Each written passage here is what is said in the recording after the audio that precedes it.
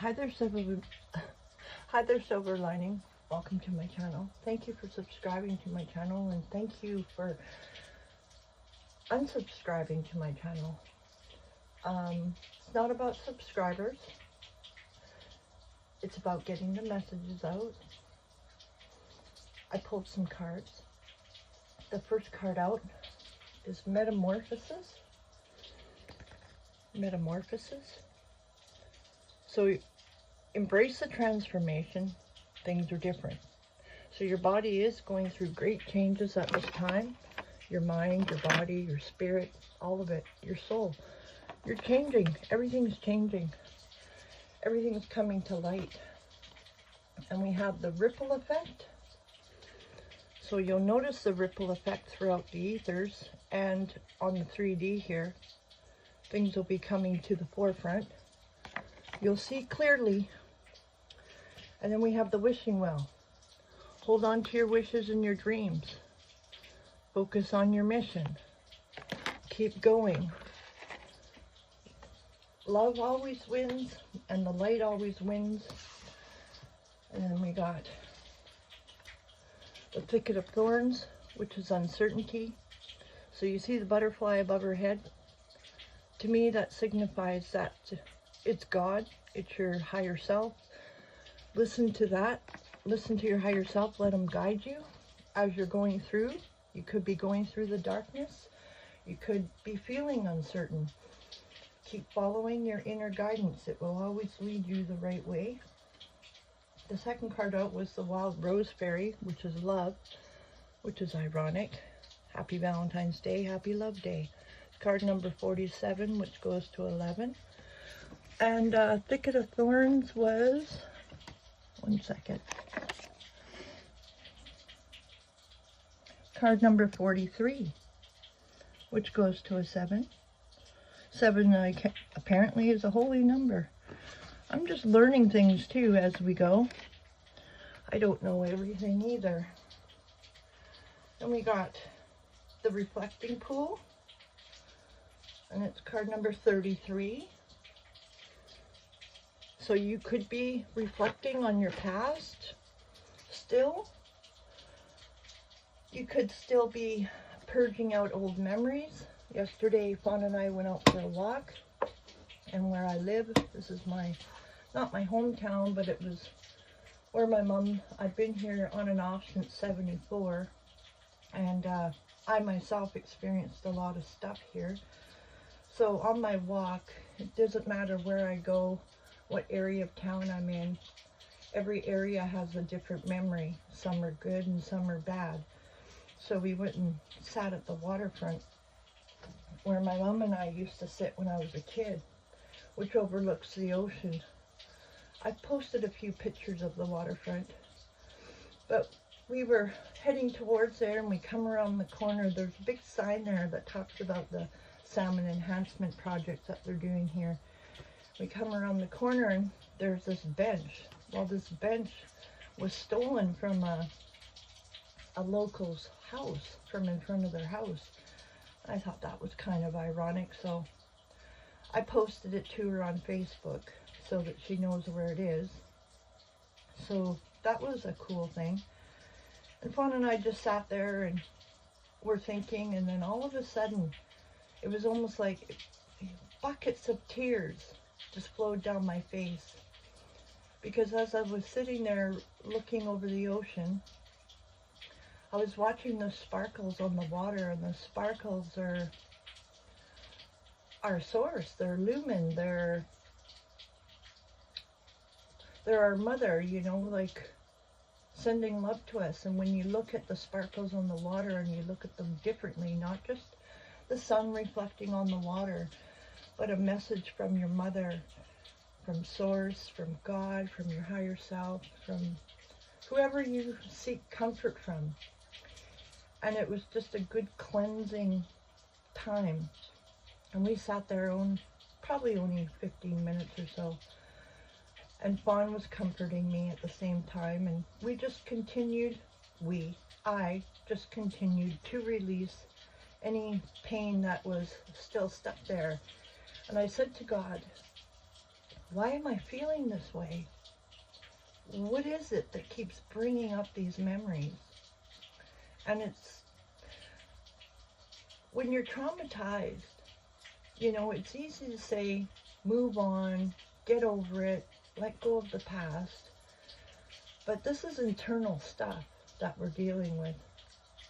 And a lot of people throughout time have disregarded the pain, the actual pain that people go through in their life. So it's good to validate, you know, what was done to you was definitely wrong. It wasn't right. And people had been getting away with it for thousands of years. Now, not so much. People are well aware of when a child is being abused.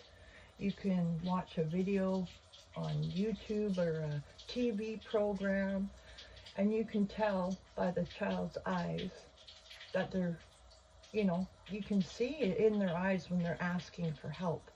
So pay attention, because the eyes do lead to the soul, and the soul speaks through the eyes. So pay attention to that. The next card that came out was Owl Spirit, and it was Wisdom, and it's card number 27, which goes to a 9. So the wisdom, you're gaining lots of wisdom, and as well you got the owl above you, guiding you as well. So the owl is a symbol for wisdom and guidance. And you may have been always seeing owls as a child, drawing owls as a child, or just surrounded with owls. They're always around you, or they always come to you. We also saw eagle. I posted a video on my community tab of an owl was sitting on the gravel bankside, and I've never seen an owl just sitting there, and it was surrounded, believe it or not, by a murder of crows.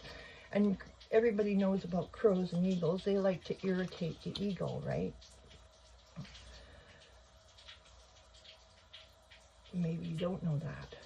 But I kind of found it ironic how the crows like to pick at the eagle and just irritate them until the eagle turns on them. So that's kind of like a metaphor of what we're dealing with in life. We could have people around us constantly picking or trying to tempt us, right, to lose our temper. And it was funny because I pulled tea leaf cards. I pulled some mother cards too. The mother cards, the first card out was Oshun. So you are protected. You're very protected. We got Oshun, Estri. This is telling me to celebrate, that you're safe, you're protected. Keep celebrating your wins, big or small.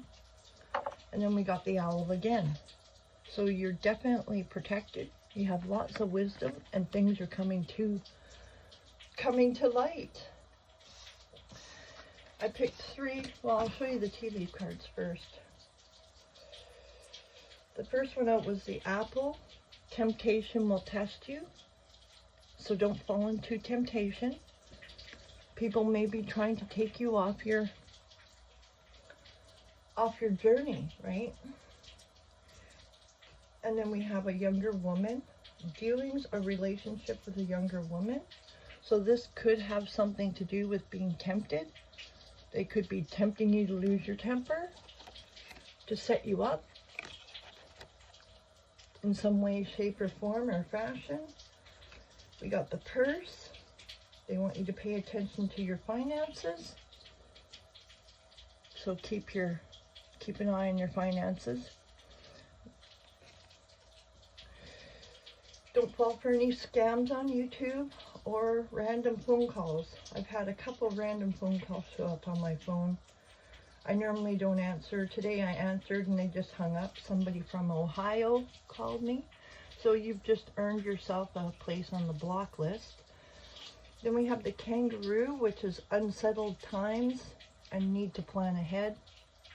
For me, this was telling me, because I just jumped on, I'm not even dressed yet. plan ahead. And then I shuffled the crystal card, crystal decks. The first crystal out was azurite. It's a beautiful blue stone, and I'll read it to you. I gotta take my glasses off.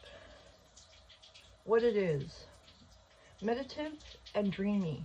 Azurite is a soft, powdery to prismatic, rich blue, copper-infused mineral. Who needs it? The materialistic, vain, and always craving. That's not a judgment. That's almost all of us. Leos especially. Where to put it? Alongside the spiritual shovel you're using to dig your way out of that prison of worry, indecision, and desire you've constructed around yourself. When to use it? When material pleasures aren't giving you the buzz they used to. When it's time to take a break from snapping selfies and chasing shiny things. You can shake off shallowness. Start with your breath, then dive into the deep with azurite.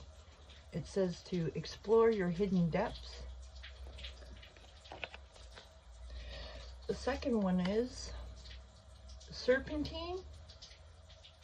Serpentine? I'll read that for you too. What it is: a lime to kale green stone with a reptilian appearance.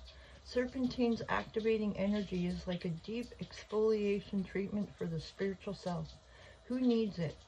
Kundalini yogis, anyone in need of a fresh start. Where to put it?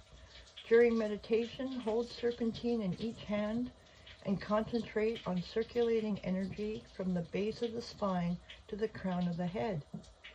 When to use it? When it's time to let go of tired beliefs and get stuck energy unstuck. If serpentine arrives in your life, it's an invitation to rip off all the proverbial band-aids and regroup. Hit the sound, sweat it out, and release all lingering drama. So it says, awaken your reptilian nature.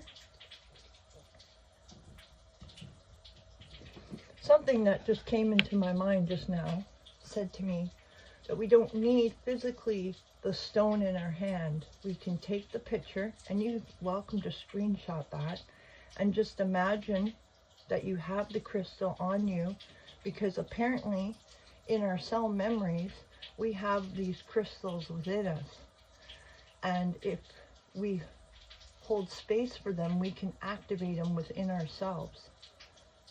Okay, the third one was celestite. Celestite. There's a picture of it, and I'll read it to you. What it is: blue-gray celestite is a delicate sulfate mineral with airy, buoyant, blue cotton candy vibes. It gets its name from the Latin word for heaven, and if you close your eyes and ask nicely, maybe it will take you there.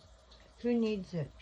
Anyone brazenly ignoring the consistent inner voice that actually has some good ideas for how you might better handle the whole life thing. Where to put it? As a calming adornment wherever you meditate or pray. When to use it? When it's time to stop and really listen. With celestite as a guide, you might be surprised what you hear. Tune into your serenity. So that's some good news. And I'm just going to end that reading for you right now. I hope you enjoyed that reading. Please consider subscribing to the channel, and I'll talk to you in my next upload. God bless everyone. Take care.